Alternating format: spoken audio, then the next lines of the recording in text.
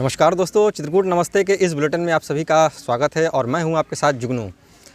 दोस्तों, जैसे कि हम इस समय लगातार संतों की सेवा करते हुए, दर्शन करते हुए, उनके तमाम अमृतवाणी के आप सबको उपदेश, सत्संग, अनुभव साझा करवाते चले आए हैं। उसी कड़ी में चित्रकूट धाम के एक फिर बढ़िया दिव्य संत हमारे साथ हैं, जो गृहस्थ जीवन को लेकर जो तमाम जो लोगों की, साधकों की और आम इंसानों की, खास इंसानों की जो भी दिक्कत, मुसीबतें, समस्याएँ होती हैं, चाहे वो बीमारियों से रिलेटेड हो, चाहे वो किसी भी तरह की जो है पारिवारिक हो, चाहे वो व्यापारिक हो, उन सब चीज़ों की तमाम आसक्तियों का जो है एक बहुत शोध करने के बाद, एक रिसर्च करने के बाद संत महाराज जी जो है हमको कुछ सूत्र बताते हैं। तो अभी जब हम इनके आश्रम में आ रहे थे तो हमने एक बोर्ड देखा, तो मेरा सवाल भी उसी बोर्ड से होगा। महाराज जी सीताराम। पहले जय सीताराम। महाराज जी, अभी हम जब आपके आश्रम में आए तो हमने एक बोर्ड देखा, उसमें लिखा था कि मनुष्य अपने भाग्य का स्वयं विधाता हो सकता है। तो ऐसे कौन सा ऐसा सूत्र है कि अगर भाग्य का विधाता ही बन गया तो फिर वो तो उसके तो क्या कहने। जी, सबसे पहले सभी आपको और दर्शकों को मेरा प्रणाम। भगवान श्री कृष्ण जी ने जो बात कही वही परम पूज्य गुरुदेव पंडित श्री राम शर्मा आचार्य जी ने कहा है, वही लिखा हुआ है कि मनुष्य अपने भाग्य का निर्माता आप है। और ये विश्वास यदि व्यक्ति रखे तो वो सब कुछ कर सकता है। और इसी बात को भगवान श्री कृष्ण जी कहते हैं, कर्मणा जायते जंतुः कर्मणैव विलीयते सुखम दुखम भयम क्षेमम कर्मणैवाभिपद्यते। कर्मणा जायते जंतुः, मनुष्य का जन्म ही उसके कर्म के आधार पर हुआ है। जैसा उसने कर्म किया है उसी के अनुकूल उसको अगला जन्म धारण करना पड़ता है। काहू न सुख दुख करदाता, निज कृत कर्म भोग सब भ्राता। आदमी जिस प्रकार का कर्म करेगा उसका प्रायश्चित उसको उसी प्रकार से मिलेगा, उसका पुण्य उसको उसी प्रकार से मिलेगा। यदि हमने पेड़ आम का बोया है तो बबूल नहीं होगा, और बबूल का बोया है तो आम नहीं होगा, ये भगवान कह रहे हैं। और इसी के आधार पर, कर्म के आधार पर प्रारब्ध और भाग्य बनता है। इसलिए ये कहा जा सकता है, भगवान यही समझा रहे हैं, कर्मणैवाभिपद्यते सुखम दुखम भयम क्षेमम। सुख दुख भय और कल्याण जो भी होता है वो मनुष्य के कर्मों का ही परिणाम है। और इसीलिए कई बार भगवान श्री कृष्ण जी अपने जीवन आदर्श से समझाने का प्रयास कर रहे हैं कि देखिए, हमारा जीवन, हम किसान हैं। भगवान तो किसान के घर में जन्मे और भादों के महीने में जन्मे। भादों का महीना किसान के लिए बड़ा महत्वपूर्ण होता है। और उन दिनों गायें ही किसान का आधार थी। हमारे भारत की अर्थव्यवस्था का आधार थी गाय। उससे बैल होते थे, खेती होती थी और हमको जैविक भोजन मिलता था, हम बीमारियों से बचे रहते थे। लेकिन आज वो परंपराएं मुक्त हो गई। तो भगवान यही समझाना चाहते हैं कि हमको प्रत्यक्ष जो देवता हैं उनकी पहले पूजा करें। अप्रत्यक्ष देवता जो हमको दिखाई नहीं पड़ रहे हैं उनकी बाद में करें। अप्रत्यक्ष, वो अपने पिता नंद बाबा से एक प्रश्न करते हैं, जब वो उत्सव मना रहे हैं सवेरे पूजा पाठ का, तो पूछा आज क्या होने वाला है। तो नंद बाबा ने कहा कि आज कन्हैया हम लोग इंद्र की पूजा करेंगे, क्योंकि इंद्र हमारे देवता हैं। जब हम उनकी पूजा करते हैं तो वर्षा करते हैं और हमारे खेतों में अनाज होता है। तो भगवान ने कहा कि आप ये बताइए कि क्या जो पूजा नहीं करते आपके पड़ोसी लोग, उनके खेत में पानी नहीं बरसेगा। तो नंद बाबा ने कहा बताओ कन्हैया, आखिर तुम क्या कहना चाहते हो। तो भगवान ने कहा कि बाबा, पूजा करने से नहीं बल्कि कर्म करने से फल की प्राप्ति होती है। तो यदि हम लोग ये चाहते हैं कि हमारे खेतों में पानी बरसे, हम सुखी रहें, तो हम लोग किसान हैं, चलिए गोवर्धन गिरिराज की पूजा करते हैं। यहाँ हमारी खेती होती, यहाँ से हमें जल मिलता है, यहाँ से नदियाँ मिलती हैं और इस यहाँ से घास मिलती है, हमारी गायें चरती हैं। और गायों की पूजा करें, क्योंकि गायों पर ही हमारा जीवन आधारित है। तो इनको, ये प्रत्यक्ष देवता हैं, गुरु प्रत्यक्ष देवता हैं, ब्राह्मण साधु संत ये प्रत्यक्ष देवता हैं, और नदी पहाड़ गिरी गायें ये सब प्रत्यक्ष देवता हैं। माता पिता, इनकी पूजा करोगे तो तत्काल आपको लाभ मिलेगा। उन्होंने पूछा क्या बताओ इंद्र, आज तक तुमको कभी दर्शन दिए? तुमने इतने दिन पूजा किया? बोले नहीं, दर्शन तो नहीं दिए। तो भगवान ने कहा फिर ये तुम्हारा देवता या तो अहंकारी है या तो फिर शक्तिहीन है। बोले गिरिराज की पूजा करोगे तो भगवान प्रत्यक्ष वहाँ प्रकट होंगे, दर्शन देंगे और भोजन कराएंगे, भोजन करेंगे और तुम्हारी जब संकट आएगी तो रक्षा भी करेंगे। और भगवान ने प्रयोग करके दिखा दिया कि जब इंद्र ने वर्षा की इतनी तेज़ी के साथ, तो उन्होंने गिरिराज को उठा करके और 7 दिन 7 रात्रि तक उसको उठा करके सुरक्षा करके ये कहा कि देखो तुमने गिरिराज की पूजा किया ना, तो यही गिरिराज तुम्हारी रक्षा कर दिए। कोई देवता छोटा नहीं है, कोई देवता बड़ा नहीं है, देवता एक ही है। वेद हमारा कहता है एकम सद्विप्रा बहुधा वदन्ति, भगवान एक ही है, वाकार निराकार साकार प्रेमाकार। जो भी भक्त चाहता है भगवान उसके आकार का हो जाता है, बाकी तो उसका स्वरूप निराकार है ही। सगुण अगुण दोनों हमारे यहाँ माने गए। तो भगवान ने अच्छी तरीके से समझाने का प्रयत्न किया कि मनुष्य जैसा कर्म करेगा उसको वैसा फल भोगना पड़ेगा। इसलिए ये सिद्ध हो जाता है कि मनुष्य अपने भाग्य का निर्माता आप है। और दूसरी आधार पर एक वैज्ञानिक शोध है कि अभी माँ के गर्भ में जब शिशु आता है तो पहले तो अपने कर्म प्रारब्धों को लेके ही ऐसे माता पिता का चयन होता है, पर उसमें बहुत सारा चेंज माता 9 महीने अपने गर्भ में रख के कर सकती है, क्योंकि माँ के अचेतन मस्तिष्क से शिशु का अचेतन मस्तिष्क जुड़ जाता है। तो जैसे हम मोबाइल की चिप में मोबाइल में लगा करके चाहें तो बहुत सारी फंक्शन डिलीट कर दें, हम फिर किसी मोबाइल में लगाएंगे तो फंक्शन नहीं आएंगे।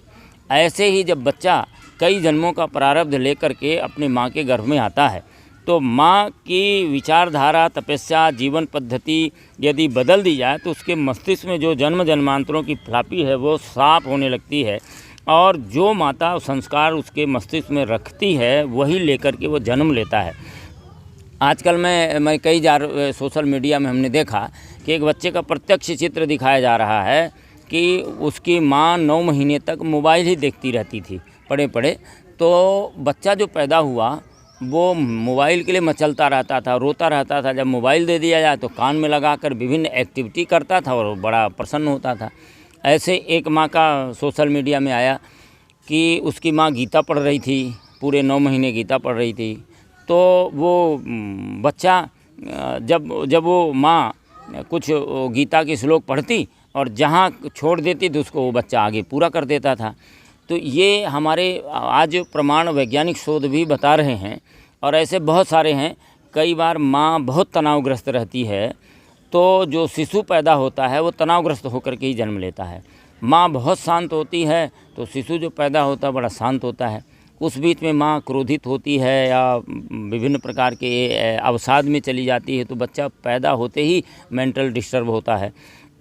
तो ये वैज्ञानिक प्रयोग है। हमारे श्रीमद् भागवत में भी कपिल जी ने जब माता देवहूति को ज्ञान दिया तो उस समय पूरा उन्होंने इसी पर ज्ञान दिया कि किस प्रकार से जीव का जन्म होता है और किस प्रकार से जन्म लेने के बाद वो अपने कर्मों की आसक्ति में बंधता हुआ विभिन्न प्रकार की यातनाओं और नरकों की के दुख भोगने के लिए विवश हो जाता है। ये भावनाएं कर्म उसको अच्छे बुरे की स्थिति में पहुंचा देते हैं। तो जो जिस प्रकार का कर्म करता है उसको उसी प्रकार का फल प्राप्त होने लगता है। भगवान ने तो आपको एकदम शुद्ध करके भेजा, पर जैसा हम चाहें वैसा ही हम बनते हुए चले जाते हैं। आज हमने जो किया अगले जन्म में किया और अगले जन्म में, और पुनर्जन्म की जो मान्यता है हमारे यहाँ, ये वैज्ञानिक शोध है। और जो भारतीय संस्कृति की मान्यताएं हैं वो विज्ञान पे बहुत खरी एकदम उतरती हैं। इसीलिए हमारे यहाँ ये प्रयास किया गया था कि शिशु को संस्कार मिले माँ के गर्भ में। तो पुंसवन संस्कार होते थे, गर्भाधारण संस्कार होते थे, और तीसरा जब पैदा होने के कुछ महीने 7वें से लेकर 9वें महीने तक सीमांतोन्नयन संस्कार होते थे। 3 संस्कार में कुछ औषधियाँ खिलाते थे, कुछ मंत्रों का प्रयोग करते थे, कुछ गर्भिणी को आहार विहार समझाते थे, विचार कैसे करना है, कैसे छोटे छोटे योगासन करना है। जो आप खाएंगी उससे शिशु का शरीर बनेगा और जो आप सोचेंगे उससे शिशु का मन बनेगा। तो इस पर बड़ा नियंत्रण किया जाता था, इसको पूरा एक उत्सव माना जाता था। वो परंपरा लुप्त हो गई। अभी गायत्री तीर्थ शांति कुंज हरिद्वार ने एक व्यापक स्तर पे पूरे विश्व में एक अभियान चलाया, गर्भोत्सव संस्कार के नाम पर। आओ गढ़ें संस्कारवान पीढ़ी, आगे आने वाली पीढ़ियां हमारी सबकी हो, चाहे किसी भी धर्म की हो, कहीं जाति की हो, सबको तो अच्छा संस्कारवान पुत्र संतान चाहिए। तो संस्कारवान संतान देने की विधा, प्राप्त करने की विधा हमारे संस्कृति में थी। ये पूरा वैज्ञानिक है। विज्ञान में जैसे चीज़ें हम प्राप्त कर सकते हैं, वैसे हमारे भारतीय संस्कृति जो शोधपूर्ण थी, इसीलिए इसका कोई प्रणेता नहीं है। आप कोई कहे कि भारतीय संस्कृति किसने बनाई, तो कोई उत्तर नहीं है। क्यों? जो विज्ञान किसने बनाया, कोई उत्तर नहीं किसने बनाया। सबने इसमें प्रयोग किए, जो भी सत्य मिले वो सामने रख दिया, और सब एक जैसा सबके लिए सत्य साबित होते हैं, और उसको जो भी मानता है उसको उसका लाभ मिलता है। तो ये अभियान पूरे दुनिया में चलाया गायत्री परिवार ने, और आज एक गिनीज बुक में दर्ज हो गया। उसमें बहुत मुस्लिम भाई भी हमारे हैं, उनकी भी महिलाएं गर्भोत्सव संस्कार में भाग लेती हैं, उनको ज्ञान लेती हैं कि कैसे हम अच्छी संतान को जन्म दें। तो आज की एक आवश्यकता है इस विधा को हम पहुंचाएं और एक श्रेष्ठ संतान को हम जन्म दें, और वो संतान जो ये कह सकेगी कि हम अपने भाग्य के निर्माता आप हैं। उसमें माता पिता का भी, पिछले संस्कारों का भी और उसके कर्म का भी फल होता है, और ये निश्चित है, इसमें कोई संदेह नहीं। गीता कहती है हमारी, और हमारे धर्म ग्रंथ कहते हैं, और गोस्वामी तुलसीदास जी ने भी कहा है कि मनुष्य अपने कर्म का स्वयं निर्माता है, और इसी के आधार पर कहा गया है कि मनुष्य अपने भाग्य का निर्माता आप है, जैसा चाहे वैसा बन सकता है। सनू महाराज जी ने बहुत अच्छी बात हम लोगों को बताई कि जन्म से ही जो है पूरा जो है ज्ञान और शिक्षा माँ के कोख से ही मिल जाती है। तो महाराज जी इसमें हम इस चीज़ को, इस सूत्र को तो हम समझ गए कि अगर हम अच्छे माहौल बनाएं घर गृहस्थी में, और जो गर्भवती जो महिलाएं हैं जो उस तरह के अगर माहौल में रहें, तो बहुत अच्छा सा वो एक पुत्र को जन्म दे सकती हैं जो उसके तमाम आसक्तियाँ ना हो। मगर मान लिया जाए, जैसा आपने अभी बताया कि तमाम मानसिक अवसाद हो सकता है, कुछ किसी तरह की प्रताड़ना हो सकती है, खान पान गलत हो सकता है, मतलब इस तरह से अगर माहौल ख़राब हो गया, बच्चे का अगर ठीक से विकास नहीं हुआ, तो फिर धरती पे आने के बाद ऐसे कौन से सूत्र हैं जिनसे इन शक्तियों से बचा जा सकते हो? तमाम रोग लग जाते हैं, तमाम व्यापार में, गृहस्थ जीवन में, रिश्तों में, तो उनसे फिर कैसे पार किया जा सकता है? उसके लिए तो सबसे जो मुख्य आधार हमारे ऋषि गणों ने बताया कि हमारे जीवन के साधना के चरण प्रारंभ होने चाहिए, और साधना के हमारे जो 3 चरण हैं। पहले तो नियमित उपासना, अपने इष्ट देव की उपासना करिए, जो जिस धर्म को मानते हों, जिस परंपरा को मानते हों, जिस इष्ट देवता को, जिस देवता को मानते हों, आकार साकार निराकार जो भी आप मानते हो, तो पहले आप कुछ मिनट आप भावपूरित होकर के उनकी उपासना कीजिए। क्योंकि हमारे शास्त्रों में लिखा है कि दुनिया के सभी रोगों की एक दवा है ईश्वर की उपासना। अच्युतानंद गोविंदो नामोच्चारण भेषजा नश्यन्ति सकला बाधा सत्यम सत्यम वदाम्यहम। जीवन के जितने भी दुख हैं, शोक हैं, परिस्थितियां हैं, उन सभी को भगवान के स्मरण से बदला जा सकता है। अपने इष्ट देवता परमात्मा जिसको मानता, कोई अल्लाह को मानता, कोई गॉड को मानता, कोई ईश्वर को मानता, कोई राम कृष्ण बुद्ध गांधी, किसी को भी मानते हैं, जिनको भी मानते हैं, आप उन्हीं का हृदय से स्मरण करो। एक ही भगवान है, एक ही परमात्मा है, दूसरा कोई है नहीं। तो उपासना का अनुभव, जैसे आग के नज़दीक बैठेंगे तो आपको आग की गर्मी का अनुभव होगा, और धीरे धीरे हमारा शरीर गर्म हो जाएगा। ऐसे ही जब भगवान अपने इष्ट देवता या अपने परमात्मा के नज़दीक बैठते हैं, तो हमारे अंदर श्रेष्ठता, सद्बुद्धि, सद्विचार आने लगते हैं, तो हमारे जो दुर्विचार हैं वो धीरे धीरे नष्ट होने लगते हैं। यही उपासना का तत्वदर्शन है, और भावपूरित उपासना होनी चाहिए, बेमन की नहीं। हम ध्यान कहीं लग रहा है, मन कहीं लग रहा है, माला जप रहे हैं, ऐसा नहीं। भीतर से थोड़ी देर के ही लिए सही, 15 मिनट की उपासना ही आपके जीवन को बदल सकती है। जैसे स्वामी विवेकानंद भी कहते थे, परम पूज्य गुरुदेव पंडित श्री राम शर्मा आचार्य जी कहते हैं कि आप 15 मिनट की उपासना करो, पर भावपूरित करो कि भगवान की गोदी में बैठें, हमारे जीवन के कसाय कलमश दोष दुर्गुण दूर हो रहे हैं। तो पहला चरण ये होगा, और दूसरा फिर इसके बाद साधना का है। एक बंदर उछल कूद करता है, उसको साध लिया जाता है, तो वो कर्तव्य दिखाने लगता है और पैसा कमा करके दे देता है। तो ऐसे मन की दशा है, मन उछल कूद दुनिया में करता है, भागता है, सब कुछ है। इसको साधने के लिए अभ्यास, योगेन्तु कौन्तेय, अभ्यास करिए बार बार। तो अभ्यास करने के लिए क्या करेंगे? स्वाध्याय करिए, अपने मन को साहित्यों में लगाइए। ऋषियों ने इतना बड़ा साहित्य हमारे विषय दिया है कि आप उनको पढ़िए, आप परम पूज्य गुरुदेव ने 3,500 किताबें जीवन की हर समस्याओं का समाधान करने के लिए लिखा है। आज के व्यवहारिक स्वरूप में छोटे छोटे किताबों के रूप में लिखा है। शास्त्र पुराण ऋषि मुनि जितने भी हैं उनके सबके विचार हैं, आप अपने धर्म संप्रदाय के अनुसार पढ़िए और पढ़ने के बाद उसमें देखिए, अपना स्वाध्याय करिए कि हम वहाँ कितनी दूर तक हम इसका अमल कर रहे हैं अपने जीवन में। पढ़ना तो अलग बात हो, कथा सुन लिया, प्रवचन कर लिया, पढ़ लिया, उससे काम नहीं चलने वाला। स्वाध्याय करिए, उसके आधार पर अपना अध्ययन कीजिए कि हमने उसको अपने जीवन में क्या अपनाया है। तो स्वाध्याय और फिर सत्संग। जब भी बुरे व्यक्तियों का सानिध्य करेंगे, संपर्क करेंगे तो जीवन में बुराइयां आएंगी।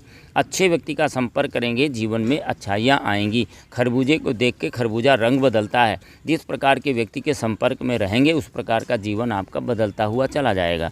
इसलिए संसर्ग दोष से बचने के लिए अच्छे व्यक्तियों का सत्संग कीजिए, महापुरुषों का, श्रेष्ठ पुरुषों का, आदर्श पुरुषों का, नहीं तो साहित्य हमारे बीच है उनका सत्संग कीजिए। तो तीसरा चरण फिर आता है कि आराधना। हमने समाज से लिया है, अपने राष्ट्र से लिया है, जिन महापुरुषों से लिया है, जिन ऋषि मुनियों से लिया है, तो हमारा भी तो कर्तव्य बनता है कुछ हम देना सीखें। हमारे पास ज्ञान है तो ज्ञान दें, हमारे पास साधन है तो साधन खर्च करें, हमारे पास प्रतिभा योग्यता है तो वो समाज के खेत में लगाएं। अपने गरीब, दीन, दुखी, असहाय, अज्ञानग्रस्त लोगों को बांटने में लगाएं, उनको मदद करिए आप। तो ये भूख है आत्मा की, ये हम किसी के कल्याण के लिए नहीं कर रहे हैं, इसमें प्रत्यक्ष हमारा कल्याण। हम दूसरे का भला करने जा रहे हैं तो पहले मेरा कल्याण होगा। हाथ यदि हम बांट रहे हैं मेहंदी तो पहले हमारा हाथ रंगेगा फिर दूसरे का रंगेगा। तो अपने कल्याण के लिए हमको सेवा करनी है। सेवा से हमारे समाज चलता है ऐसा नहीं है, समाज ऐसे चलता रहा ऐसे चलता रहेगा, लेकिन अपने कल्याण के लिए हमको सेवा करें, इस भाव के साथ हमको सेवा करनी चाहिए। और ये 3 चरण यदि हम अपने जीवन में अपनाते हैं तो निश्चित रूप से हमारे जीवन के जो प्रायश्चित आ भी गए हैं तो सब कट जाएंगे और हमारा जीवन शांतिप्रिय हो जाएगा, आत्मानंद मिलेगा, लोक कल्याण होगा, आत्म कल्याण होगा और हमारे संबंधी परिवार सबका कल्याण होगा। ये विधा हमको अपनानी चाहिए। फिर महाराज जी, तमाम हमारे पास जो है भाई बहन हैं, तमाम माताएं हैं, बुजुर्ग हैं, तमाम हमको अब हमारे वीडियो में जो है सत्संग होता है उनके साथ भी कमेंट्स आते हैं, तो वो कहते हैं कि ध्यान कर रहे हैं, स्मरण कर रहे हैं, लगातार जो है कर्मों अच्छे कर्म भी कर रहे हैं, सब कुछ करने के बाद भी आसक्तियाँ लगी हुई हैं। तो क्या मतलब कोई तंत्र मंत्र भी होता है क्या आसक्तियाँ दूर करने का, ऐसा भी कुछ? इसमें मन्नात् त्रायते इति मंत्र। जो मन स्वाभाविक है, इसकी दशा है, जैसे हवा की दशा है, चलना, गति है, चलना, उसे रोका नहीं जा सकता। रोकना है तो आपको कुछ उपाय करने होंगे, वो भी बड़ा कष्ट साध्य होता है। तो मन को भी रोका नहीं जा सकता है, नियोजित किया जाता है। मन इधर लग रहा है तो इधर लगा दीजिए, बुराइयों में लग रहा है तो अच्छाई में लगा दीजिए। तो इसके लिए मनन करने की बात है और उसमें मंत्र जप को विशेष रूप से इसमें श्रेष्ठ माना गया है। स्वाध्याय और मंत्र, इससे मन आपका लग जाएगा, ईश्वरीय कार्यों में, अच्छे कार्यों में लग जाएगा और वो जो कष्ट होता है वो रुक जाएगा। मेरा कहने का मतलब था कि जैसे कर रहे हैं हम, स्मरण कर रहे हैं, ध्यान कर रहे हैं लगातार जो है, तो क्या मतलब कोई भी ऐसी कुछ चीज़ आसक्तियों को दूर करने, जैसे तंत्र काली शक्तियाँ जैसे होती हैं, कोई कहता है कि मैं इसको कर दूंगा और ये ऐसा हो जाएगा वैसा हो जाएगा, तो क्या ऐसा भी विश्वास? कोई संदेह नहीं है कि मंत्र के साथ हमारे यहाँ तंत्र भी है, लेकिन तंत्र में व्यक्तित्व की प्रखरता ही महत्वपूर्ण है। उदाहरण मैं एक आपको बता रहा हूँ कि यही श्रीयंत्र जो बाज़ार में बिकता है, लोग कहते हैं इसको घर में लगा लीजिए तो लक्ष्मी की कृपा प्राप्त हो जाएगी, तो शायद किसी को प्राप्त होती होगी। लेकिन यही श्रीयंत्र जब आदि गुरु शंकराचार्य ने पद्मनाभी मंदिर में लगाया, पद्मनाभी मंदिर का नाम सुना होगा आपने, जिसमें 7 तहखाने हैं। एक तहखाने खोलने पर लगा कि इतनी अपार संपदा है कि भारतवर्ष में ऐसी संपदा नहीं होगी, और 7 खुल जाए तो क्या होगा। वहाँ उन्होंने श्रीयंत्र लगाया था नीचे, जब उसकी नींव बन रही थी, आदि गुरु शंकराचार्य ने।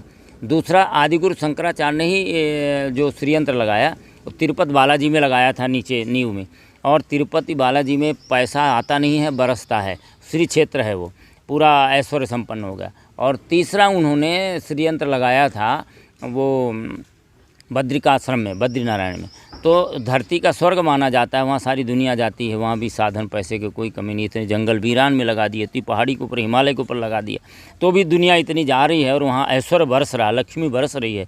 और एक बार उन्होंने एक महिला के पास गए और वो कुछ देना चाहती, तो सन्यासी हैं, चूँकि जिसके द्वार पे जाते थे जो मिल जाता वही ग्रहण करते थे, उस दिन फिर नहीं भोजन करते थे।